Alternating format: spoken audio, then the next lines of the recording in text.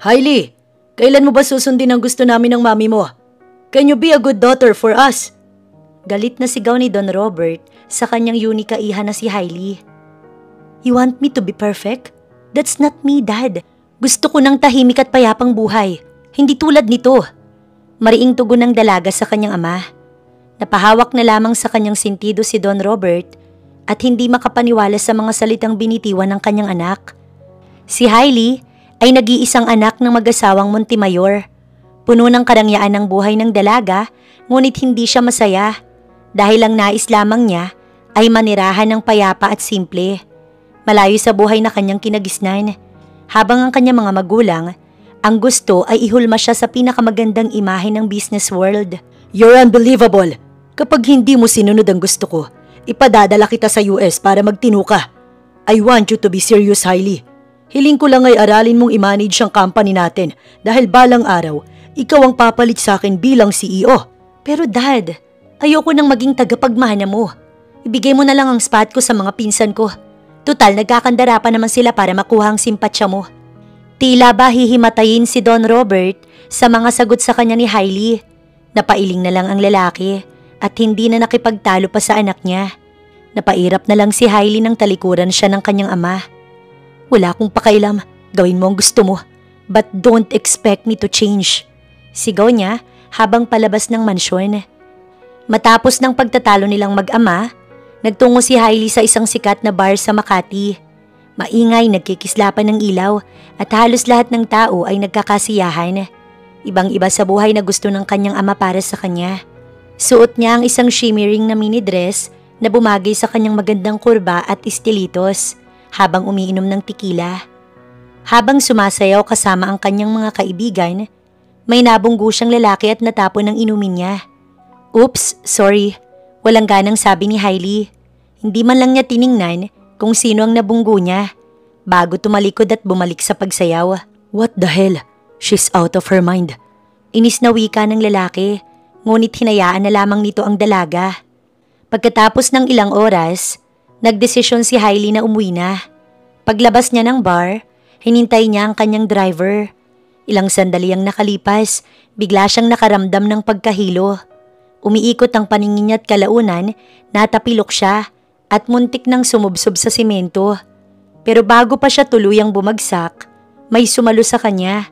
Isang matipuno at gwapong lalaki na may matangos na ilong at mapupungay na mga mata ang umalalay sa kanya. Are you okay? Tanong nito. Malalim ang boses na may halong pag-aalala. At ito rin ang lalaking natapunan ni Hailey ng alak kanina sa loob ng bar. Pero imbis na magpasalamat, mas lalo lamang sumama ang timpla ni Hailey. Dahil sa hilo at sa dami ng nainom, bigla siyang naduwal. Sa kasamaang palad, sa mamahaling sapatos pa ng lalaki tumama ang lahat ng kanyang suka. Yak! Ano ba yan, miss? Kanina tinapunan mo ko ng alak. Ngayon sinukahan mo naman ako. Disgusting! Reklamo ng lalaki. Bakit ba kasi humaharang-harang ka sa daan? Masungit na tugon ni Hailey. Kumunot ang noo ng lalaki. Excuse me, ikaw kaya tong muntik nang sumubsob dyan? Ako pang may kasalanan. Dapat nga magpasalamat ka. Malamig na sambit ng lalaki. Talagang kasalanan mo. Kung hindi ka lang nagpakabayani dyan, hindi sana ako masusuka sa sapatos mo. So kasalanan ko pang tumulong? Siguro dapat hinayaan na lang kitang bumagsak. Hindi mo pa sana nasukahan tong sapatos ko. Mahal kaya to. You know what? Ang yabang mo rin no? Para namang hindi mo kayang bumili ng bagong sapatos. At ikaw naman parang hindi mo kayang humingi ng sorry. Balik na sagot ng lalaki. Tinitigan niya si Hailey mula ulo hanggang paa. Sa itsura mong yan, sigurado kung spoiled brat ka. At sa itsura mo naman, mukhang isa kang mayabang na lalaki na walang ibang ginawa kundi ang magmayabang ng pera niya. Singhal ni Hailey. Akmang lalapitan niya ang lalaki nang biglang dumating ang kasama nito. Mr. Miguel, your car is ready. Sabi ng isang lalaki na nakasuot ng uniforme. Kaya naman, naputol ang kanilang pagtatalo. Nilingon ni Miguel ang kanyang kasama. Let's go, Ben. I don't have time to waste on. Tumingin siya ulit kay Hailey mula ulo hanggang paa. On this mess. Nagingit-ngit si Hailey sa inis habang pinapanood ang lalaking nagngangalang Miguel na umalis. Ang yabang-yabang, halika dito para masampal kita ng pera. Kainis? Pikon na wika ng dalaga. Doon ay iniwan ng lalaki si Hailey at napabuntong hininga naman ng dalaga. Arugante!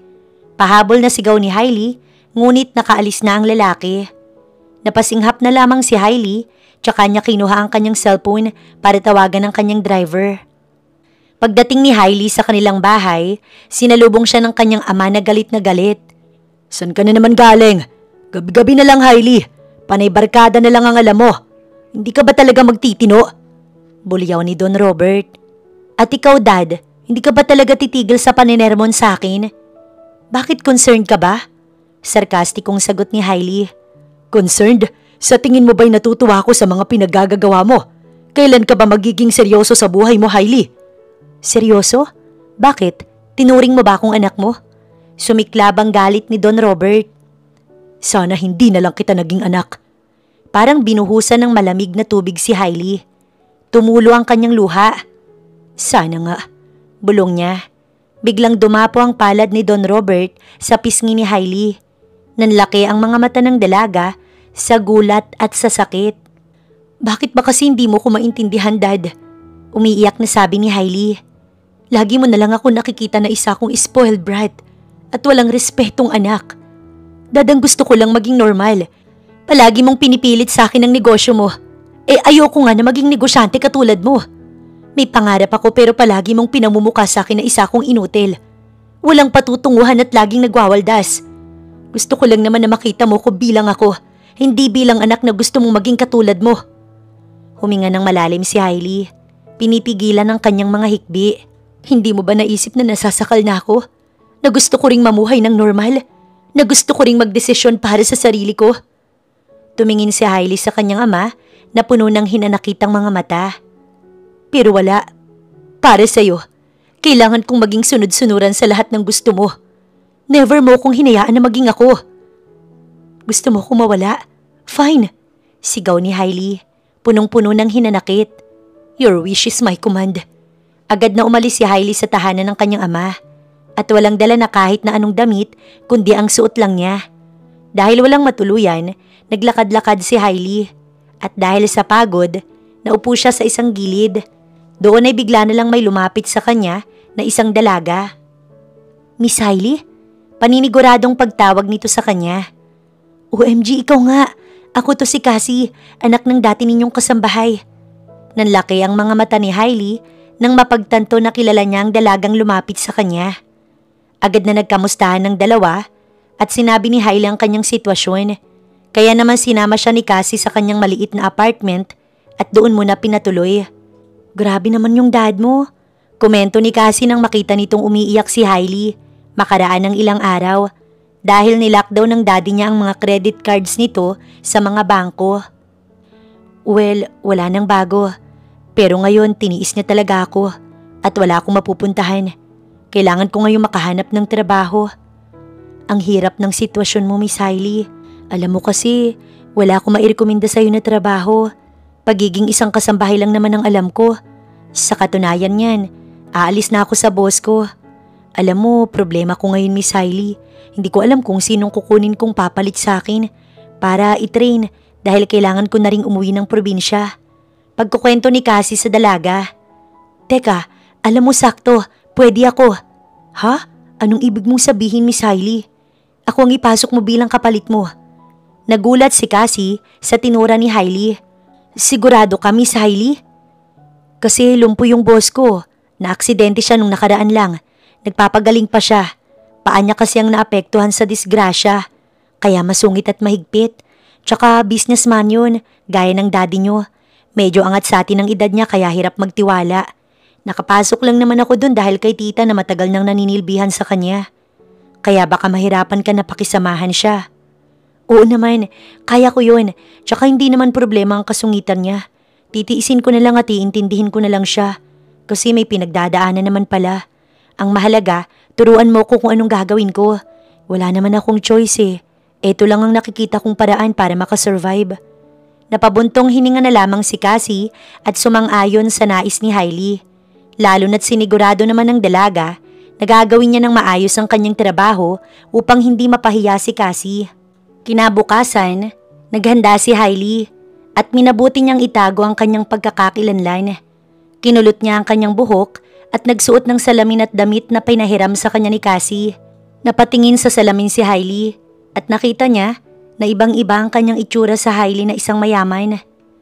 Matapos na maghanda, pumunta sila sa bahay ng magiging boss niya at doon ay laking gulat niya nang makita ang pamilyar na lalaki. Hailey, siyang magiging boss mo, si Sir Miguel. Wika ni Cassie. Parang pamilyar ka sa akin. Nagkita na ba tayo noon? Kunot noong tanong ni Miguel at tinitigan mula ulo hanggang paa si Hailey. Doon pumasok sa isip ni Hailey ang isang bagay. Teka, siya yung lalaki sa bar. Sana hindi niya ako makilala. Wika niya sa kanyang isipan. Agad naman na sumingit si Cassie. Dahilan para mapabalik sa realidad si Hailey. Naku sir, imposible po yan. Kararating lang po nitong pinsan ko kahapon galing probinsya. Pagpapalusot ni Cassie, tumango-tango naman si Miguel. Kahawig mo lang siguro, sambit ni Miguel. Ako nga po pala si Hailey. Pakilala ni Hailey, ngunit tiningnan lamang siya ng binata at agad bumaling kay Cassie. Cassie, ikaw nang bahala dyan sa pinsan mo. Hanggat hindi niya nalalaman kung anong mga dapat niyang gawin dito, hindi ka pwedeng umalis. Siguraduhin mo na alam niya lahat. Ayoko nang tatanga-tanga, alam mo yan. Ituro mo sa kanya ang lahat ng dapat gawin dito sa bahay. May tiwala naman ako sa iyo, Cassie. Kaya sana hindi niyo ako biguin. Sabi ni Miguel at natahimik na lamang si Hailey. Kinabukasan, sinimula ni Hailey ang kanyang trabaho bilang kasambahay sa mansyon ni Miguel. Kalaunan sa tulong ni Cassie, natutunan niya ang mga dapat gawin. Maglinis, magluto, maglaba at iba pang gawaing bahay. Hindi naging madali para sa dalaga ang trabaho sa mansyon at madalas ay nagkakamali siya. Ngunit pinilit niya na matuto. Isang araw, habang naglalaba si Cassie, naiwan si Hailey sa kusina para bantayan ang niluluto. Ilang sandali ang lumipas, biglang umapoy ang kawali. Hindi alam ni Hailey kung anong gagawin. Cassie! Cassie! Sigaw niya na natataranta. Dumating si Miguel na nakasakay sa kanyang automatic wheelchair. Anong nangyayari dito? Nagtatakang tanong ni Miguel. Nang makita ng lalaki ang apoy, nanlaki ang kanyang mga mata. Cassie, come here! Sigaw ni Miguel at agad na dumating si Cassie. Mabilis itong kumilos at agad kumuha ng tuwalya. Binasa ito at ipinantakip sa kawali para patayin ang apoy. Ano bang ginagawa niyo? Buti na lang at walang nasaktan. Galit na sabi ni Miguel. Dahil sa nangyari, napagalitan sila pareho. Pagkatapos ng insidente, nagpunta si Hailey sa hardin para magpalamig. Nakita niya si Miguel doon at nilapitan siya nito na nakasakay sa kanyang wheelchair. I know you're hiding a secret, sabi ni Miguel. Nakatingin ng diretso sa mga mata ni Hailey. Malakas ang kutob ko na nagpapanggap ka lang. Sino ka ba talaga? Masungit na wika ni Miguel. Wala akong tinatago. At ano naman ang gagawin ko sa isang katulad mo? Hindi ko kayang manakit ng aking kapwa. Nandito ako para magtrabaho. Kaya sana wag mo nang pagdudahin ng pagkatao ko. Malungkot na tugon ni Hailey. Tila na konsensya naman si Miguel sa mga sinabi ng dalaga at sa pagiging malamig niya dito. Ayusin mo ang trabaho mo para hindi kita paghinalaan. Marami na ako nakilala na hindi nagpapakatotoo. Kaya naman mahirap sa akin na magtiwala. Lalo na sa mga taong hindi ko alam kung saan nagmula. Tugon ni Miguel. Hindi kita masisisi, sir. Pero sana bigyan mo ko ng pagkakataon para matuto. At ipakita ang tunay na ako. Alam kong hindi maganda ang pagsisimula ko. Pero sana hindi yun maging rason para husgahan mo ang buo kong pagkatao. Dahil bawat isa sa atin may sariling kwento. Litanya ni Hailey. Matapos ambitin ang mga katagang yon, umalis na ang dalaga sa harapan ng binata. Napabuntong hininga naman si Miguel at sinundan pa niya ng tingin ng dalaga. Ano bang espesyal sa iyo, Hailey? Bakit parang hinahatak mo ko? Bulong ng binata at napailing na lamang. Sa mga sumunod na araw, naging abala si Hailey sa kanyang trabaho. Sa gabi, pagod na pagod si Hailey. Nangangalay ang kanyang mga kamay, sumasakit ang kanyang likod, at hapong-hapo ang kanyang mga paa. Ngunit hindi siya nagreklamo. Alam niyang kailangan niyang magtiis. Kung gusto niyang patunayan sa kanyang sarili at sa kanyang pamilya na kaya niyang mabuhay ng mag-isa. Sa kabutihang palad, palaging nasa tabi niya si Cassie para siya'y tulungan. Isang gabi, napag-isa sa hardin si Hailey at napatingin sa mga bituin. Tama lang ang naging desisyon ko. Ito naman talaga ang gusto ko. Isang simple at payapang buhay. Malayo sa pressure ng pamilya at expectation ng mga tao sa paligid ko. Bulong pa ni Hailey sa kanyang sarili. Habang lumilipas sa mga araw, hindi maitatanggi ni Miguel ang pagbabago kay Hailey. Nakikita niya ang sipag at tiyaga nito sa pagtatrabaho. Sa katunayan, parang gustong-gusto nitong matuto at magpakita ng husay. Kaya naman, unti-unting lumalambot ang puso ni Miguel sa dalaga. Pero minsan, iniiwasan pa rin niya si Hailey. Parang may parte sa kanya na hindi pa rin lubos na nagtitiwala. Hanggang sa dumating ang araw ng pag-alis ni Cassie. Maaga pa lang, gising na si Hailey para tulungan si Cassie sa pag-impake. Sa airport, hindi napigilan ni Hailey ang mapaluha habang yakap-yakap si Cassie. Pagbalik sa mansyon, nag-isip si Hailey. Malaki ang gastos sa pag-uupa ng bahay, lalo na't hindi siya sanay na mag-isa. Kaya naman, nagdesisyon siyang kausapin si Miguel. "Sir Miguel," sabi ni Hailey isang gabi, "pwede po ba akong mag-stay-in dito sa mansyon para makatipid po ko sa gastos at para mas magampanan ko po ang trabaho ko?" Nag-isip si Miguel bago sumagot. "Sigurado ka ba? Alam mo namang hindi madali ang buhay dito."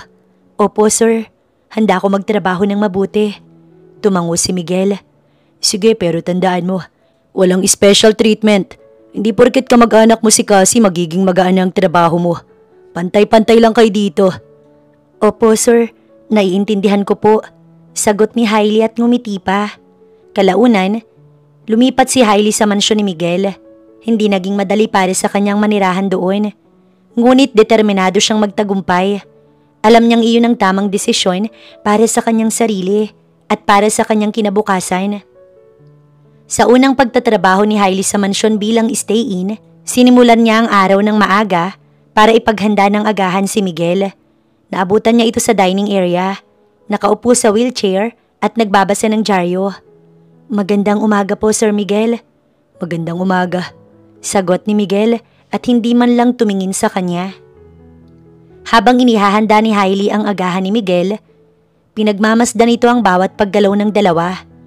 Sa mga sumunod na araw, nagsimulang magkaroon ng simpleng usapan sina Hailey at Miguel. At doon, naikwento ni Miguel na wala na siyang magulang. Paslit pa lamang siya nang pumanaw ang mga ito, kaya naman lumaki siya sa pangangalaga ng mga katulong. Isang gabi, habang naglilinis si Hailey sa library, naabutan siya ni Miguel na nakatingin sa mga libro. "Mahilig ka bang magbasa?" "Opo. Noon madalas ako magbasa ng mga nobela at poems." "Pareho pala tayo. Mahilig din ako magbasa. Gusto mo basahan kita?" Ngumiti si Hailey. "Sige po." Nang gabing yon, binasahan ni Miguel si Hailey ng isang tula. Habang nakikinig, napansin ni Hailey ang ganda ng kanyang boses, ang pagiging expressive nito.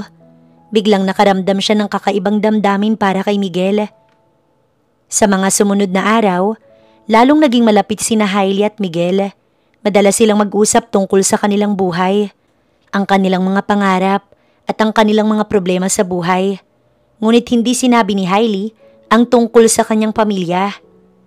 Isang gabi, habang tinutulungan ni Hailey si Miguel sa kanyang pag-eehersisyo, hindi sinasadyang dumampi ang kanilang mga labi sa isa't isa.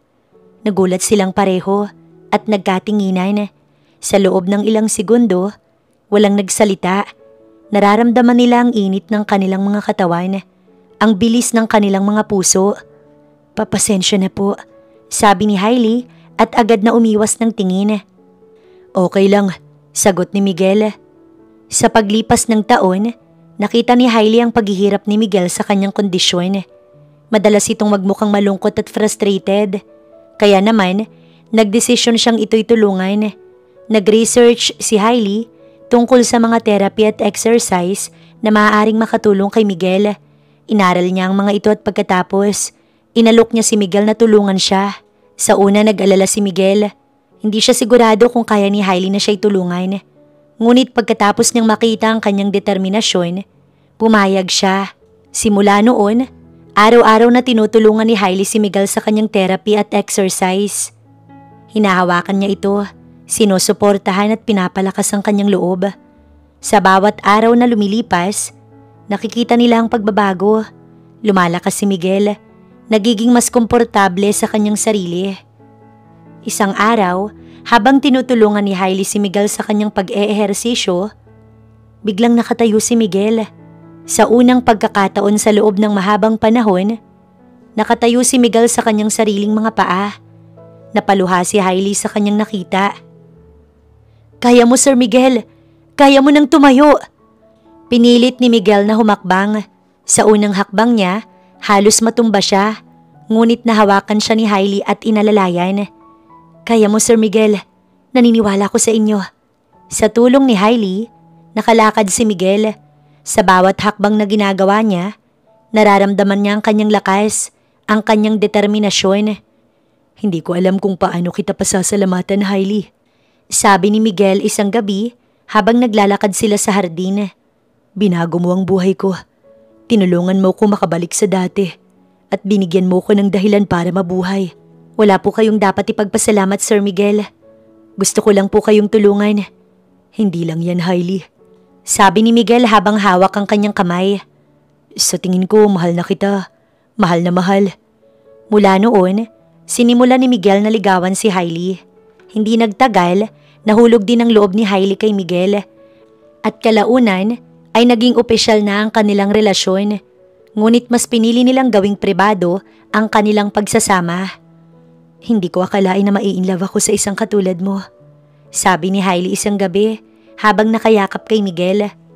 Sa paglipas ng panahon, nagdesisyon sina Hailey at Miguel na magpakasal. Isang simple, ngunit napakagandang seremonya ang ginanap sa hardin ng mansyon. Tanging ang malalapit na kaibigan ni Miguel ang naroroon, kasama na si Cassie, na umuwi pa mula sa kanyang trabaho sa ibang bansa para lang saksihan ang kasal.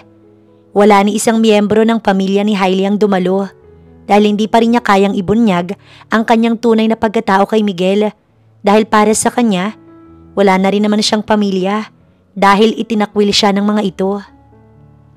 "Ito na ang pinakamasayang araw sa buhay ko," sabi ni Hailey habang nakatingin kay Miguel sa mga mata. "Ako rin," sagot ni Miguel. "Mahal na mahal kita, Hailey." Ngunit ang masaya nilang pagsasama ay hindi nagtagal. Isang araw, dumating sa mansyon ng kababata ni Miguel. "Miguel!" sigaw ng isang balingkinitang babae at agad na humawak sa braso ni Miguel. "Ang tagal na kitang hindi nakita." Tumingin si Hailey sa babae at labis na nagtataka dahil wala namang nabanggit sa kanyang asawa tungkol sa kahit sinong babae. Kaya naman wala siyang ideya kung sino ang dalagang bigla na lamang umeksena sa kanilang buhay. "Habi? Sino siya?" tanong ni Hailey kay Miguel. May kaba siyang naramdaman sa kanyang dibdib. Agad na umupo si Shaira sa sofa at tiningnan si Hailey mula ulo hanggang paa na para bang sinusuri ang kanyang itsura. "I am Shaira, Miguel's childhood friend," sabi niya na may bahid na pagmamayabang sa kanyang boses. "Ikaw bang maid na napangasawa ni Miguel?" Kumunot ang noo ni Hailey at para bang nais niyang sampalin ng babae. Gusto niyang supalpalin si Shaira ngunit nagpigil siya. Agad niyang sinabi sa sarili na hindi siya dapat magpadala sa kanyang emosyon. "Shaira, don't look at my wife like that," biglang sabi ni Miguel na may diin sa bawat salita. "And mind your tone when you're speaking to Hailey. She is my wife and she deserves your respect," dagdag pa ni Miguel. "I just came here to give my gift for the both of you," wika ni Shaira at inabot ang dala niyang regalo. "Salamat," sabay sabi ni na Hailey at Miguel kahit naramdam ni Hailey ang pag-igting ng sitwasyon. "Excuse me," paalam ni Hailey at nagtungo sa kusina para kumuha ng juice. Gusto niyang bigyan ng inumin si Shaira kahit na hindi niya ito gusto. Gusto niyang magpakita ng pagiging hospitable lalo't nasa bahay nila ito. Pagbalik niya sa sala, inabutan niya ng juice si Shaira at si Miguel. "By the way, I forgot to tell you something," sabi ni Shaira habang kinukuha ang baso ng juice. "I came back to fix your partnership with Dad Isn't that exciting? Lagi na tayong magkakasama. Napatingin si Hailey kay Miguel na halatang hindi rin inaasahan ng balitang yun. And I was wondering if it's okay if I stay here for a while? Dagdag pa ni Shaira na nakatingin kay Hailey. Is it okay with you, Hailey? Napilitang umiti si Hailey. Sure, Shaira. Mas marami mas masaya. Sagot pa niya pero sa loob-loob niya, nagdududa siya kasi parang may masamang mangyayari. Parang may bagyo na namumuong darating at sisira sa kanila. Sa mga araw na tumira si Shaira sa bahay nila, lagi niyang ipinamumuka kay Hailey na isa lang siyang katulong. One time, sinabi ni Shaira, "Sa tingin mo ba bagay kayo ni Miguel?" "Hindi, isa ka lang kasambahay na nilandi ang kababata ko." "Alam mo, pikon na ako sa iyo eh. Hindi ko alam kung concern ka ba talaga sa asawa ko o nagsiselos ka lang. Don't tell me may gusto ka kay Miguel." Pambabara ni Hailey kay Shaira. "Nagsasabi lang ako ng totoo. Nilandi mo naman talaga si Miguel, di ba? Concern ako kasi kababata ko siya at ayokong may isang katulad mo sa buhay niya."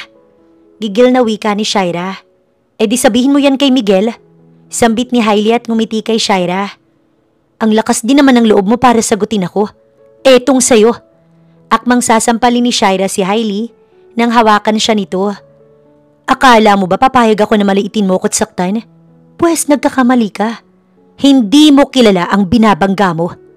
Wika ni Hailey at iniwan niya si Shaira na hindi makapaniwala. Pagkatapos ng insidenteng yon, kinausap ni Hailey si Miguel. Sinabi niyang hindi siya komportable na nasa bahay nila si Shaira. Agad-agad namang pinalipat ni Miguel si Shaira sa isang kondo at pumayag naman ang dalaga. Nagpatulong siya kay Miguel na maglipat at sumama naman si Hailey. Habang nag-aayos sila, sinadya ni Shaira na tapunan ng tubig si Hailey. Pumunta si Hailey sa banyo para magpalit. Paglabas niya, nakita niyang naghahalikan si Miguel at Shaira. Sobrang galit na galit si Hailey. "Kaya mo ba siya pinaalis sa bahay? Para malaya niyong gawin niyang kababuyan ninyo? Kaya palang bilis niyong pumayag. Kailan niyo pa ako niloloko?" Sinubukan ni Miguel na magpaliwanag pero sinabi ni Hailey, "Alam niyo, bagay kayo. Pareho kayong mayaman." Tama si Shaira. Hindi bagay ang isang katulong na kagaya ko sa isang bilyonaryo na kagaya mo, Miguel. Let's end this marriage. Hinagis ni Hailey yung singsing niya kay Miguel at umalis na. Agad na sinundan ni Miguel sa bahay nila si Hailey. Pero pagdating niya, wala doon ang asawa. Tinawagan niya ito pero hindi sumagot. Hinanap niya kung saan-saan si Hailey. Ngunit hindi niya ito nakita. Hindi tinantanan ni Miguel si Hailey at patuloy niya itong tinitext at tinatawagan. After 1 week, nagdesisyon si Hailey na bigyan ng pagkakataon si Miguel. Pero nakatanggap siya ng email galing kay Shaira. Nang buksan niya iyon, nakita niya ang larawan na magkatabi sina Shaira at Miguel sa kama at parehong walang saplot. Agad na bumuhos ang luha sa mga mata ni Hailey dahil sa sakit na nadarama. "Pagsisisihan niyo na niloko niyo ko." Galit na tura ni Hailey. "Miss Montemayor, congratulations on your award." Tinanggap ni Hailey Montemayor ang kanyang tropeyo. 5 taon na ang nakalipas. Ngayon sa harap ng kamera, isa na siyang successful. "Thank you," sagot niya. Pagkatapos na dumalo sa award ceremony, umuwi siya sa isang penthouse. Sinalubong siya ng yakap ng isang cute na batang babae na kamukha niya. "Mommy, ang galing mo!" "Lia anak, lahat ng to para sa'yo." "Mommy, where's my daddy?" Biglang bumalik sa alaala ni Hailey ang pagtataksil ni Miguel, ang pang-iinsulto ni Shaira, ang lahat ng sakit na dinanas niya noon. "You don't need your daddy, Lia. Nandito ko. Ako lang ang kailangan mo, anak." Tumulo ang luha ni Hailey. Ang lahat ng sakit na yun hindi na mauulit. Gagawin ko ang lahat para pagbayaran nila ang mga ginawa nila sa akin. Mariing giit ni Hailey. Kinabukasan, nagpatawag si Hailey ng meeting. Puno ang conference room ng mga taong pinagkakatiwalaan niya. "I want everything on Miguel Alvarez," sabi niya. "His business, his assets, his reputation. I want it all gone. And how about his business partner, Shaira?" Tanong ng kanyang sekretary. "Hindi sila pwedeng paghiwalayin," sagot ni Hailey. "Magkasama silang babagsak." Sa loob ng 5 taon, maraming nangyari. Bumalik si Hailey sa kanyang ama. Sinunod niya ang gusto nito. Nagtrabaho sa kumpanya at naging magaling na CEO. Pagkatapos ng ilang taon, namatay ang kanyang magulang at ipinamana ang lahat sa kanya. Gamit ang kayamanan at kapangyarihan, binuo niya ang kanyang sariling kumpanya. Ngayon ay handa na siyang wasakin ng mga taong nanakit sa kanya. Samantala si Miguel Alvarez, patuloy na naghirap. Simula nang iwan siya ni Hailey, hindi niya na ito makalimutan. Bumagsak ang kanyang kumpanya at nasira ang kanyang reputasyon. Ngunit hindi siya iniwan ni Shaira. Kahit madalas na ang bukang bibig pa rin ni Miguel ay si Hailey. Hindi ko siya makakalimutan, sabi ni Miguel kay Shaira. I will do anything para makalimutan mo yung babaeng yun. 5 taon na ang lumipas, Miguel. Move on. Kahit anong gawin ni Shaira, si Hailey pa rin ang nasa isip ni Miguel. Hindi niya kayang kalimutan ang pagmamahal niya sa dating asawa. Hindi niya alam ang paghahanap niya kay Hailey ang magiging simula ng kanyang pagbagsak. Sa loob ng kanyang penthouse, nag-iisip pa rin si Hailey tungkol sa kanyang revenge plan para pabagsakin sina Shaira at Miguel. Ilang sandali ang lumipas, naputol sa kanyang pag-iisip nang biglang may kumatok sa kanyang pintuan.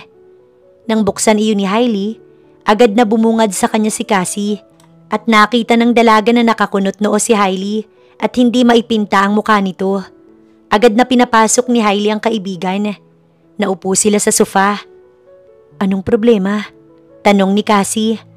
Cassie, hindi pa rin mawala sa puso ko ang galit. Gusto kong pahirapan at pabagsakin sina Shaira at Miguel. Gusto kong magdusa sila at maramdaman nila ang sakit na dinadala ko hanggang ngayon. Alam kong nasaktan ka, pero baka may iba pang paraan. Paano kung imbis na sirain sila, gulatin mo na lang? Mag-invest ka sa company ni Miguel. Sumulpot ka bigla at kunin mo ang kontrol. Ipakita mo sa kanila kung gaano ka ka-successful. Nag-isip si Hailey. Tama ka, sabi niya at dahan-dahang ngumiti. Gulatin ko sila sa pagbabalik ko. Ilang araw ang lumipas, si Miguel ay nasa kanyang office. Stress na stress. Katabi niya si Shaira at sinusubukan siyang pakalmahin. Ilang sandali pa ang lumipas, biglang kumatok ang sekretary ni Miguel. Mr. Alvarez, may nag-invest po sa company ninyo. Nagningning ang mga mata ni Shaira. Talaga? Sino? Gusto ko siyang makilala. Oo nga, nandyan ba siya? Tanong ni Miguel. Papasukin mo. Pasensya na sir, kaso hindi po siya makakapunta ngayon. Sagot ng sekretarya. At hindi niya rin po sinabi ang pangalan niya eh. Magsiset na lang daw po siya ng date kung kailan niyo po siya pwedeng ma-meet. This is good news, sabi ni Shaira. Dapat na ipagdiwang natin to. Let's celebrate. Tama ka, sagot ni Miguel. Siguro ito na yung sign para ayusin ko yung buhay ko. Nakaramdam ng kilig si Shaira sa sinabi ni Miguel. Pagkalipas ng araw na yon, nakatanggap ng mensahe si Miguel mula sa kanyang sekretarya. Sir, nandito na po ngayon yung investor. Gusto niya po kayo makilala ng personal. We're on our way ni Shaira, sagot ni Miguel. Pagdating nila sa company, sabay na pumasok sina Miguel at Shaira sa office at nakita nila ang isang babaeng nakatalikod. We're happy to meet you, miss. Hindi na naituloy pa ni Miguel ang kanyang sasabihin nang humarap ang babae. Ako rin, sagot ni Hailey na may ngiti sa labi. Natutuwa rin ako na makita kayong muli. It's been a long years, sabi niya habang nakatitig kina Shaira at Miguel. Natatandaan niyo pa ba ako? Hailey, sabay usal ni na Shaira at Miguel. Nagulat si na Shaira at Miguel. Hindi sila makapaniwala sa nakikita, lalo na si Miguel na matagal na nangulila sa kanyang asawa. Oh, bakit parang nakakita kayo ng multo? Ako lang to, nakangiting wika ni Hailey. Hindi to pwede, sabi ni Shaira. Paano ka naging mayaman? Isa ka lang namang kasambahay noon. Paano nangyari to? Nanloko ka ba ng ibang tao na mayaman? Para lang makuha ang karangyaan na hindi mo nakuha noon kay Miguel? Sunod-sunod na wika ni Shaira. Tumawa si Hailey at pumalakpak. Hindi ka pa rin talaga nagbabago, Shaira. Masyado ka pa rin mapanghusga sa iyong kapwa. Di ba sinabihan na kita nun na hindi mo kilala ang binangga mo? Patuloy ni Hailey. Ako lang naman ang nag-iisang anak ng mag-asawang Montemayor na may-ari ng isa sa pinaka-successful na company sa buong mundo. Pagkaalis ni Hailey, naiwan sina Miguel at Shaira na tulala pa rin. Ramdam nila ang tensyon sa loob ng silid. Hindi nila maalis sa isip ang mga sinabi ni Hailey. Hindi to pwede, sabi ni Shaira. Hindi pa rin makapaniwala sa mga nangyari. Malakas ang kutob ko na kaya bumalik yung Hailey na yan sa buhay natin kasi manggugulo siya. Gaganti siya sa atin. Hindi naman ganoong tao si Hailey. Kontra ni Miguel kay Shaira. Naniniwala ako na mabuti pa rin siya sa kabila ng mga nagawa natin sa kanya. I mean, ginawa mo sa kanya. Pagtatama ni Miguel. Sinira mo kami, di ba? Dapat nga hindi na kita pinapansin. Hindi na kita kinakausap. Ako na nga lang ang nasa tabi mo simula nang iwanan ka ng asawa mo. Tapos ginaganyan mo pa ako? Sagot ni Shaira at napairap na lamang. Okay, huwag na tayong magtalo, sabi ni Miguel. Isipin na lang natin na magandang oportunidad itong nangyari para maiyahon ko ulit yung kumpanya ko. Hay, ina nga lang talagang isipin natin, sagot ni Shaira. Sana lang walang gawing masama yung ex-wife mo. Ex-wife? Tanong ni Miguel. Di pa rin kami nagde-divorce, so asawa ko pa rin siya. Kasal pa rin kami. Tumawa si Shaira sa mga sinabi ni Miguel. Nahihibang ka na ba? Narinig mo naman yung sinabi niya, di ba? Hailey Montemayor. Ano bang nilagay niya sa marriage contract niyo? Di ba ibang apelyido? So invalid yung kasal niyo. Hindi tunay na may kasal na nangyari. Pambabara ni Shaira kay Miguel. Natahimik naman ang lalaki. Alam niyang tama si Shaira. Ngunit nais niyang makuha muli ang pagmamahal at tiwala ni Hailey. Nang mag-invest si Hailey sa kumpanya ni Miguel, palagi na silang nagkikita. Sa isang meeting, habang nagdidiscuss si Miguel ng mga bagong ideas para sa kumpanya, bigla siyang pinutol ni Hailey. Miguel, bakit pa ulit-ulit yung ideya na sinasabi mo? Pwede bang yung mas bago, mas exciting? Bakit wala ka bang maibigay na mas magandang ideya? Paulit-ulit na lang eh. Kaya siguro bumagsak ang kumpanya mo dahil sa pagiging pabaya mo. Don't get me wrong ha? Tanong ni Hailey. Hindi mapigilan ni Shaira ang sumingit. Hailey, wag mo namang pinapahiya si Miguel. Tsaka pwede bang magbigay ka naman ng ideya na hindi mo kailangang ipahiya yung tao sa harap ng marami? Bakit? Bakit mo ginagawa to? Dahil ba hindi ka makamove on? Dahil ba sa mga nangyari sa nakaraan? Sumeryoso ang mukha ni Hailey. Business tong pinag-uusapan natin, Shaira. Bakit ko naman ipapasok ang personal problem namin dito sa kumpanya? Profesional ako kung magtrabaho, kaya hindi ganun ang ginagawa ko. Hindi ako nagsiselos o anumang dapat maramdaman. Panunupalpal ni Hailey kay Shaira. Ginagawa ko ang lahat ng to para mapabuti ang kumpanya ni Miguel. At kung hindi niya gusto ang ideya na binibigay ko, nasa kanya naman yun kung susundin niya o hindi. Ang akin lang, gusto kong maging maayos ang lahat. Tumayo si Hailey. Kung wala na kayong ibang sasabihin, aalis na ako. May importante pa akong gagawin. Pagkatapos ng tense na meeting, lumipas ang ilang araw, napagdesisyon na ni Hailey na baguhin ang kanyang plano. Naisip niya na makipag-ayos kina Miguel at Shaira upang hindi siya pagdudahan ng mga ito. Ngunit ang totoo, mas gusto niyang makalapit sa kanila para mas madali silang mapabagsak. Isang araw, nagtungo siya sa kumpanya dala ang 2 coffee. Agad niyang hinanap ang 2. Nang makita niya ang mga ito, agad niyang iniabot ang kanyang peace offering. Gusto kong humingi ng pasensya sa inyo. Alam kong mahirap ang lahat simula nang bumalik ako. Let's start fresh. Tigilan na natin ang pagtatalo. Kalimutan na natin ang nakaraan. Sambit ni Hailey. Ngumiti naman si Miguel at sinabi nitong, mas mabuti nga kung ganun. Mas mapapadali ang trabaho. Hindi naman umimik si Shaira at pagkatapos nun, umalis na si Hailey. Mula nang magkabati sina Hailey at Miguel, madalas silang magkausap sa office.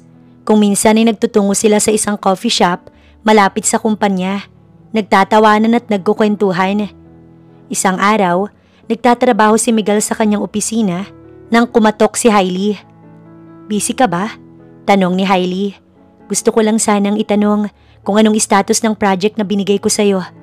Umupo si Hailey sa harap ni Miguel. Habang nagde-discuss sila, hindi maiwasan ni Miguel na mapatitig kay Hailey. Ang ganda-ganda pa rin ito, lalo na kapag nakangiti. Miguel? Tawag ni Hailey. May problema ba? Wala. Sagot ni Miguel na napaiwas ng tingin. Naalala ko lang yung dati. Alam mo, masaya na ako na nagkaayos tayo. Ngumiti si Hailey. Biglang bumukas ang pinto at pumasok si Shaira.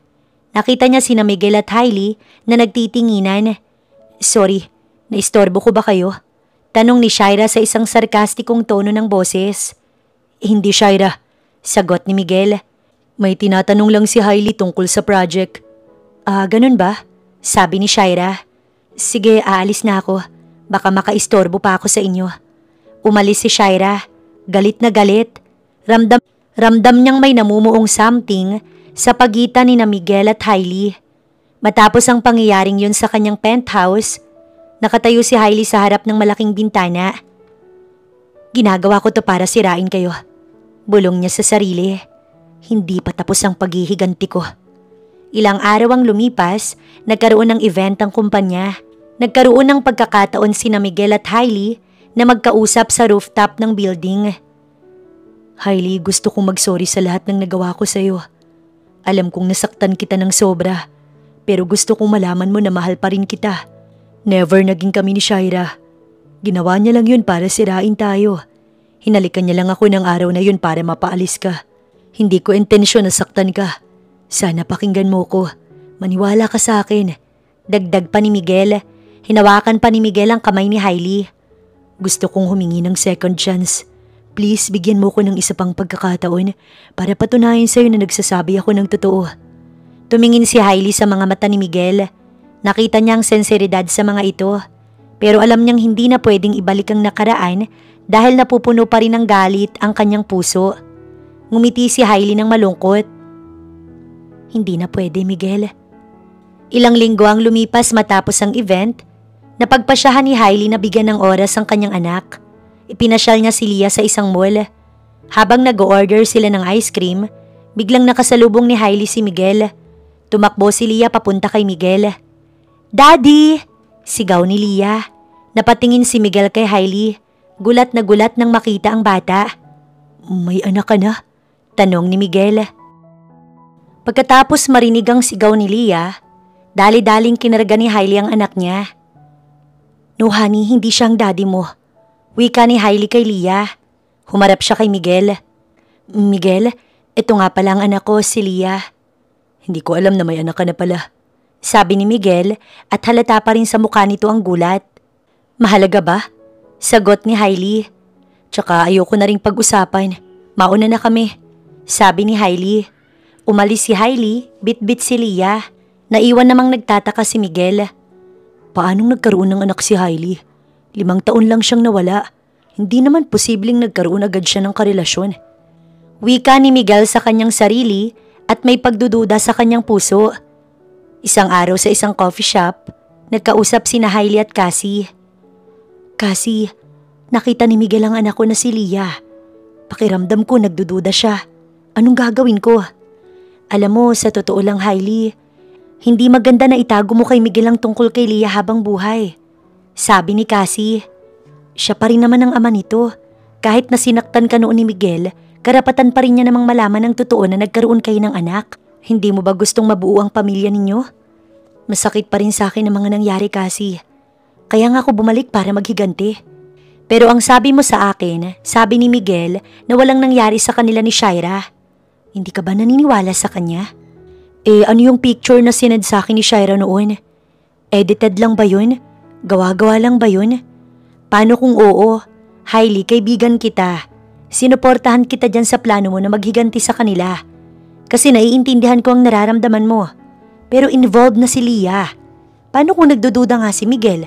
Paano mo haharapin ang mga katanungan niya? Hindi ba't imbis na maghiganti ka, alamin mo kung totoo ba yung mga larawan na pinadala sa'yo? Malay mo hindi yun alam ni Miguel. Pagkatapos ng pag-uusap nila ni Cassie, labis na naguluhan si Hailey. Nagdududa na siya kung itutuloy pa ba niya ang paghihiganti o kaya naman susundin niya ang payo ng kaibigan para sa kanyang anak. Kinagabihan, pumunta si Hailey sa isang restaurant habang naghihintay ng order. Nagtungo siya sa banyo at doon, hindi niya inaasahang makasalubong si Shaira. Oh, small world. Nandito ka pala, sabi ni Shaira. Oo nga, sagot ni Hailey. Akmang aalis na sana siya nang bigla siyang harangin ni Shaira. Teka lang, hindi pa ako tapos magsalita. Bastos ka talaga, no? Anong problema mo, Shaira? Tanong ni Hailey na nagpipigil ng galit. Hanggang ngayon hindi ka pa rin natutong gumalang? O sadyang makapal lang talaga ang mukha mo? Sagot ni Shaira at mas lalong humigpit ang hawak nito kay Hailey. Wow, nanggaling pa talaga sa'yo yan. Ako ba talagang walang galang? O ikaw na humaharang sa daan ko at nananakit pa? Ani Hailey. Biglang nainis si Shaira nang sagutin siya ni Hailey. Alam mo, inis na talaga ako sa'yo. Sobra-sobra ka na. Bakit ba bumalik ka sa buhay namin ni Miguel? Bakit nandito ka pa? Bakit umepal ka? Okay na kami, masaya na kami. Ano ba talagang plano mo? Napatawa naman si Hailey. Isang nakakainsultong tawa at napakunot noo. Akala ko ba okay na tayo? Di ba ang linaw-linaw ng pagkakasabi ko? Huwag na nating balikan ang nakaraan. Tapos na yon. Move on.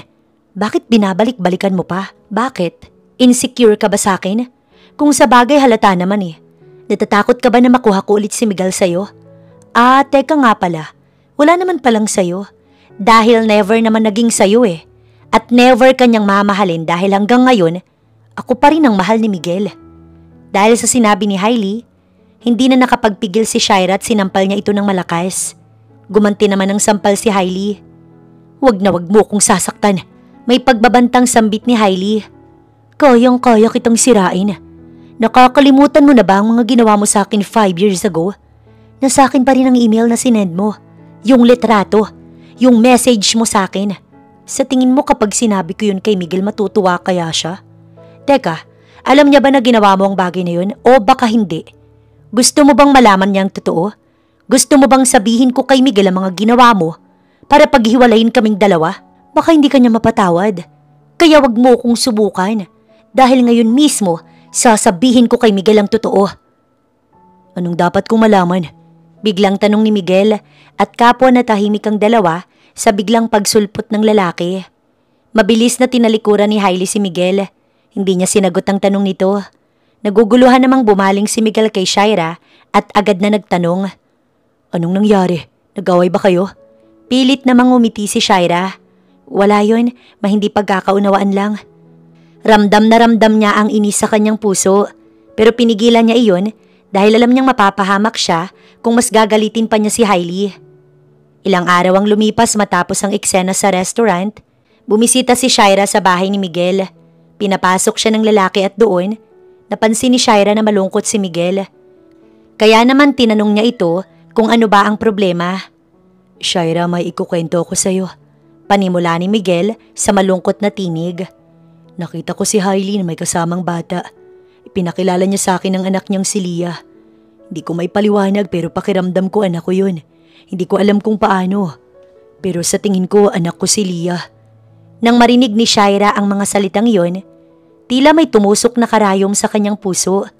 Hindi niya matanggap na maaaring may anak si Miguel kay Hailey. Ang ideya ng pagkakaroon ng anak ng dalawa ay nagdulot ng matinding selos at galit sa kanyang puso. Nagpa siya siyang gumawa ng hakbang upang mapaalis si Hailey sa kanilang buhay. Isang hapon, abala si Hailey sa paglalakad sa park kasama ang kanyang anak na si Leah. Kasama rin nila ang kaibigan niyang si Cassie. Masayang nagkukwentuhan ng magkaibigan habang si Leah naman ay abala sa paglalaro. Sa di kalayuan, naroon si Shaira, nagmamasid sa kanila. Nangingibabaw sa dalaga ang galit sa kanyang puso. Sa kanyang isip, hindi niya hayaang maging masaya si Hailey, lalo na ang magsama sila ni Miguel. Habang naglalakad, nakita ni Leah ang isang nagtitinda ng ice cream sa kabilang kalsada. Tuwang-tuwa ang bata at agad tinuro yun sa kanyang ina. Mommy, ice cream! Sigaw ni Leah.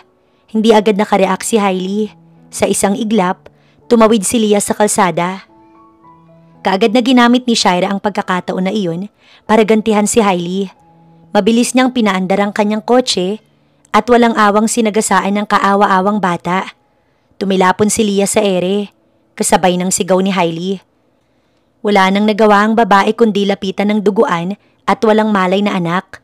Sa bilis ng mga pangyayari, hindi nakita ni Hailey ang driver ng sasakyan. Tanging ang madilim na tinted na bintana lang ang kanyang naaaninag. Tila gumuho ang mundo ni Hailey. Ang galit, sakit at pagdurusa ay bumalot sa kanyang puso. Dali-daling dinala ni Hailey ang kanyang anak sa hospital. Sa gitna ng pagkakagulo, nalaman ni Hailey na nag-aagaw buhay si Leah.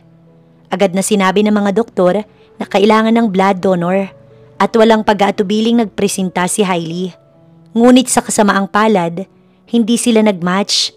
Gawin niyo ang lahat, sigaw ni Hailey sa mga doktor at labis siyang nag-alala para sa kanyang anak. Nagmamakaawa ko, iligtas niyo ang anak ko. Lumipas ang mga oras at wala pa ring donor na nagmatch kay Leah. Doon ay sinabi ng mga doktor kay Hailey na maaaring mas mataas ang posibilidad na maging match ang bata sa kanyang ama. Ang mga salitang iyon tumagos sa puso ni Hailey at naguguluhan siya kung anong dapat niyang gawin. Nang marinig ni Cassie ang sinabi ng doktor, nilapitan niya si Hailey. Hinawakan niya ang kamay nito. Hailey, panahon na para malaman ni Miguel ang totoo. Para na rin sa kaligtasan ni Leah. Isantabi mo muna ang galit at pag-aalinlangan sa puso mo. Napatigil si Hailey. Alam niyang tama si Cassie, ngunit nag-aalinlangan siya. Gayunpaman, sa mga sandaling yun, wala nang mas mahalaga para kay Hailey, kundi ang kaligtasan ni Leah. Para sa kanyang anak, handa siyang gawin ang lahat. Kaya naman nagpa siyang sabihin ang totoo kay Miguel. Nang araw ring yun, desperadong nagtungo si Hailey sa bahay ni Miguel.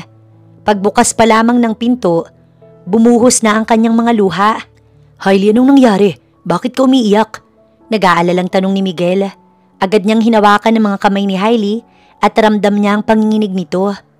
Miguel, kailangan ko ng tulong mo. Kailangan ka ng anak natin. Naguguluhang napatingin si Miguel kay Hailey. Anong sinasabi mo? Anong anak natin?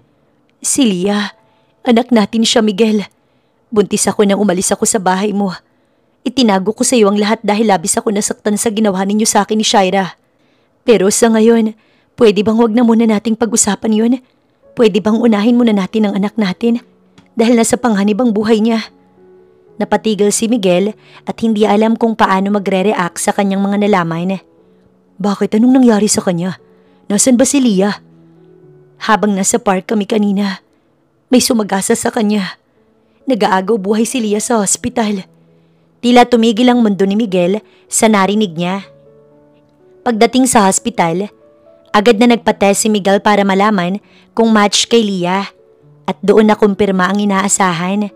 Match nga ito sa kanyang anak. Sa gitna ng kanyang pagkabigla, napabulong siya. Ako nga talagang ama ni Leah. Matagumpay ang naging operasyon at unti-unting lumakas si Leah. Sa wakas, nakahinga ng maluwag si Hailey at Miguel. Ngunit sa likod ng kanilang kasiyahan, may mga bagay pa rin kailangang pag-usapan.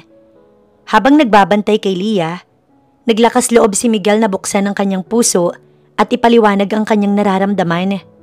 Hailey, alam kong hindi sapat ang anumang sasabihin ko para mapawi ang sakit na naidulot ko sa'yo. Pero pangako, gagawin ko ang lahat para maging karapat-dapat na ama kay Leah at para makuha ulit ang tiwala mo. Sinserong saad ni Miguel. Hindi pa ako handang magpatawad, Miguel. Pero kailangan kong isipin si Leah. Kaya bibigyan kita ng pangalawang pagkakataon. Naiintindihan ko, Hailey. At alam ko kung gaano ka nasaktan sa mga nangyari. Kaya pangako, sasamahan ko kayo ni Leah. Aalamin natin kung sinong gumawa nito sa anak natin. Sa paglabas nila ng hospital, bigla silang hinarang ni Shaira. Oh, nakakatuwa naman. Happy family? Nakalimutan mo na ba ako, Miguel? Shaira, please, pakiusap, tama na. Ayoko ng gulo. Pagmamakaawa ni Miguel, pumalakpak si Shaira at tumawa ng malakas. Ayaw ng gulo? Talaga ba, Miguel? Pagkatapos ng lahat ng ginawa ko para sa'yo, mas pipiliin mo ang babaeng iniwan ka't niloko sa mahabang panahon? Gigil na wika ni Shaira. Sakto namang dumating si Cassie para sunduin sila. Hailey, okay lang ba kayo? Kailangan mo ba ng tulong? Ginugulo na naman ba kayo ng impokritang to? Tanong ni Cassie. Cassie, ako nang bahala dito. Pakiuwi na muna si Leah. Mauna na kayo, susunod na lang kami. Pagkaalis ni Cassie at Leah, sinampal ni Hailey si Shaira ng 2 beses. Nagsimula silang mag-away at magsabunutan. Ang laki-laki ng kasalanan mo sa akin, Shaira. Hindi mo ba alam na dahil sa'yo, kaya nawasak ang buhay ko? Dahil sa'yo, kaya hindi ko mapatawad si Miguel. Ginawa ko lang yon para maalis ka sa buhay namin. Tugon ni Shaira. Kaya ba nagpadala ka sa akin ng message at email na may laman na picture ninyo ni Miguel na magkasama sa kama? At parehong walang saplot? Parte ba yun ang plano mo? Doon ay nagulat si Miguel. Anong sinasabi mo, Hailey? Litrato naming dalawa na walang damit? Paano nangyari yun? Nagtatakang tanong ni Miguel. Agad na kinuha ni Hailey ang kanyang cellphone at ipinakita niya kay Miguel ang email na natanggap niya noon mula kay Shaira. Kasama ang litrato nilang dalawa na walang saplot. Hindi ako makapaniwala. Shaira, bakit mo ginawa to? Gulat at galit na tanong ni Miguel. Sa galit, nahawakan ni Miguel si Shaira sa braso at muntik niya na itong masaktan pero pinigilan niya ang sarili. Ginawa ko lang ang lahat ng to kasi mahal na mahal kita, Miguel. Gusto kong mapasakin ka't ayoko mapunta ka kay Hailey. Hindi ka karapat-dapat para sa kanya. Dahil isa lang naman siyang kasambahay. Nagpanggap lang ako noon bilang kasambahay, pero anak ako ng mayaman. Sagot ni Hailey. Pero hindi yun dahilan para sirain mo ang relasyon namin at pagsasama ni Miguel. Kaya walang kapatawaran ang ginawa mo sa amin. Galit na sigaw ni Hailey. Agad na lumuhod si Shaira sa paanan ni Miguel. Humahagulgol at nagmamakaawa. Miguel, patawarin mo ko. Hindi ko sinasadya ang lahat ng to. Mahal na mahal kita. Ikaw lang ang gusto ko. Hinawakan niya ang mga kamay ni Miguel. Nagbabaka sakaling mapalambot ang puso nito. Nabigla lang ako, Miguel. Nagpadala ko sa galit at selos. Patawarin mo ko, Miguel. Umiiyak na paliwanag ni Shaira. Nanginginig sa galit na tiningnan siya ni Miguel. Bitiwan mo ko! Itinulak niya si Shaira, dahilan para mapaupo ito sa sahig. Umalis ka sa harapan ko. Hindi kita mapapatawad. Ayoko nang makita pa ang pagmumukha mo. Umalis ka na! Sigaw ni Miguel. Kahit anong pagmamakaawa ni Shaira, hindi na siya pinakinggan pa ni Miguel. Iniwan siya ng dalawa na luhaan. Pagdating sa penthouse ni Hailey, napag-usapan nila ni Miguel ang tungkol sa nakaraan. Hailey, hindi ko talaga alam ang sasabihin ko. Sobrang nagsisisi ako sa lahat ng nangyari. Sabi ni Miguel, puno ng emosyon ang kanyang boses.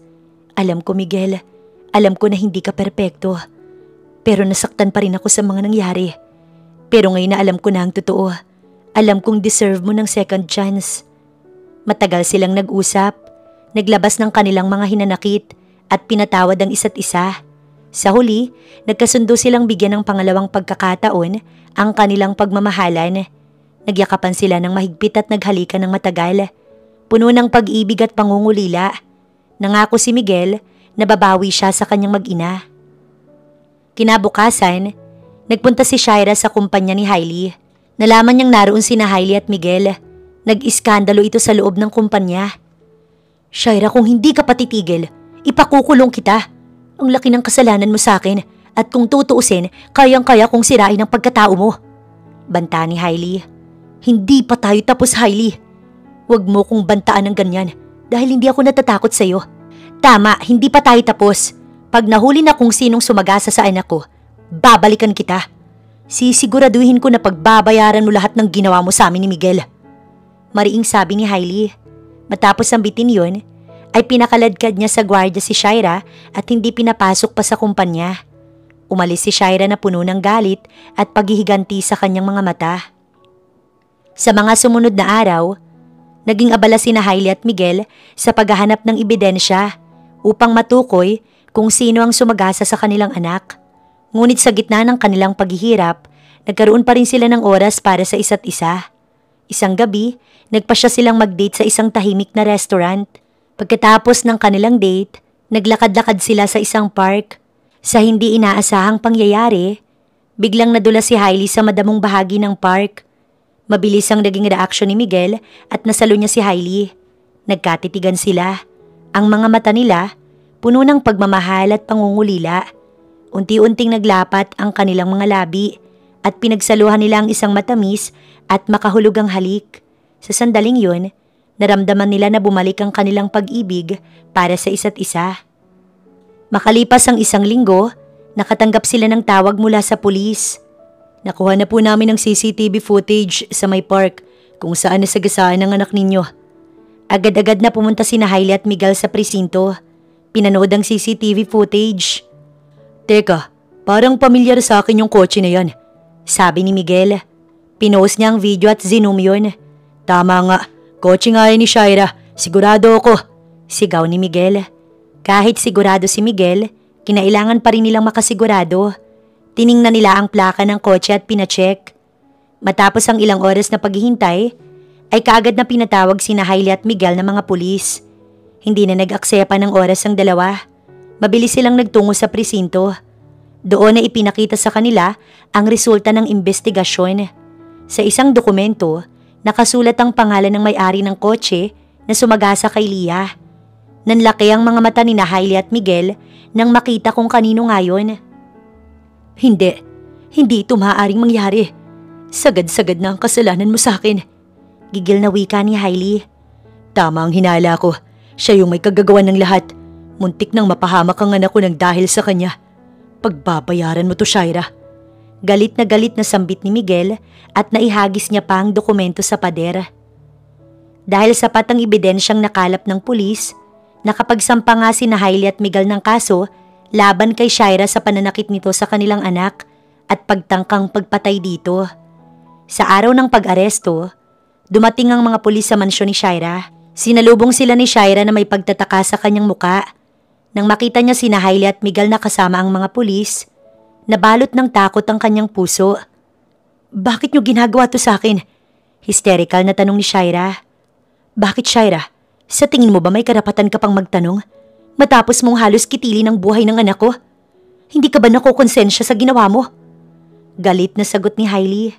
Hindi na nakapagpigil si Hailey. Sinalubong niya ng matinding sampal si Shaira.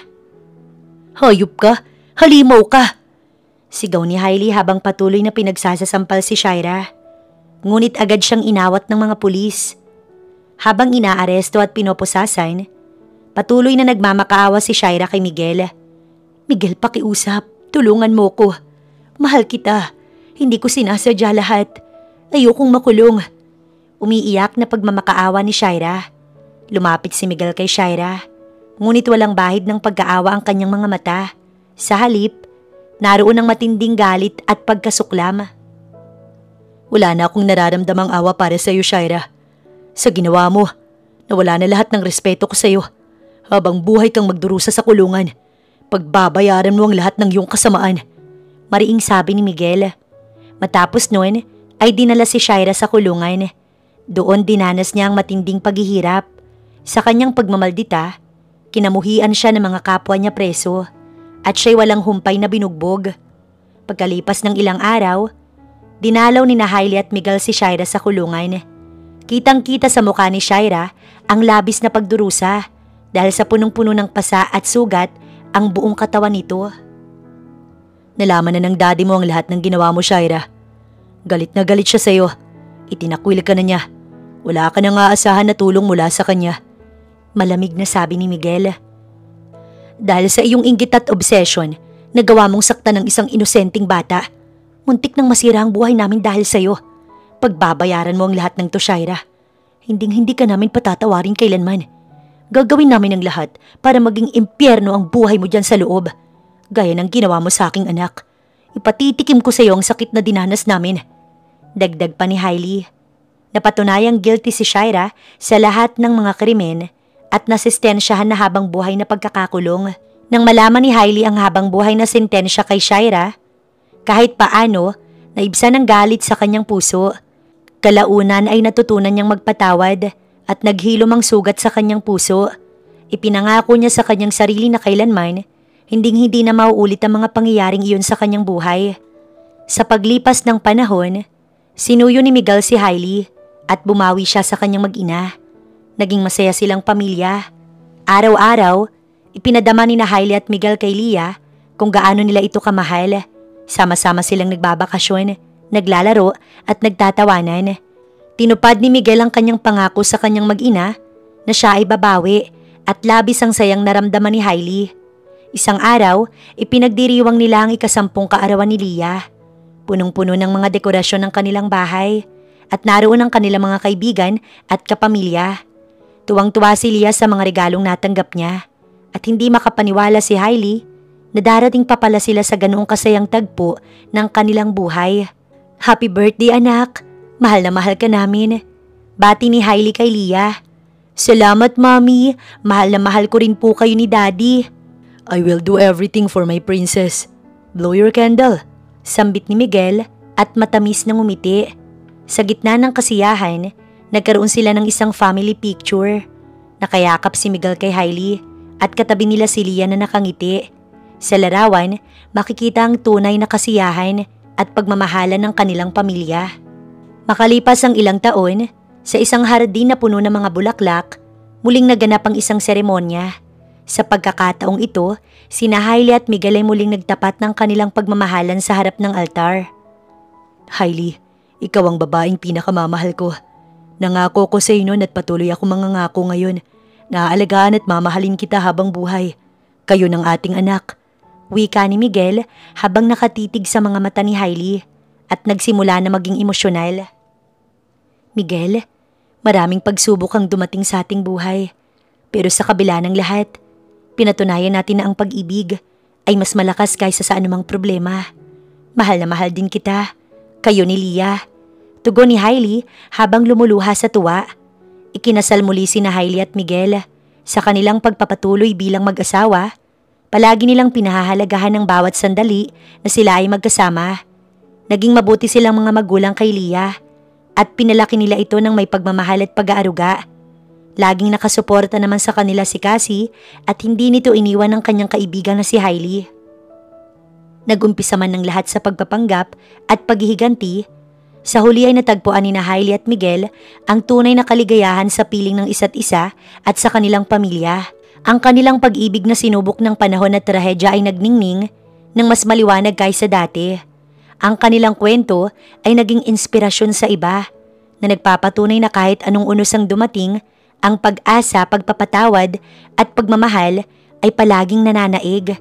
At sa kanilang pagtanda, lagi nilang ikinukwento sa kanilang mga apo ang wagas na pag-ibig na nagtagumpay sa lahat ng pagsubok.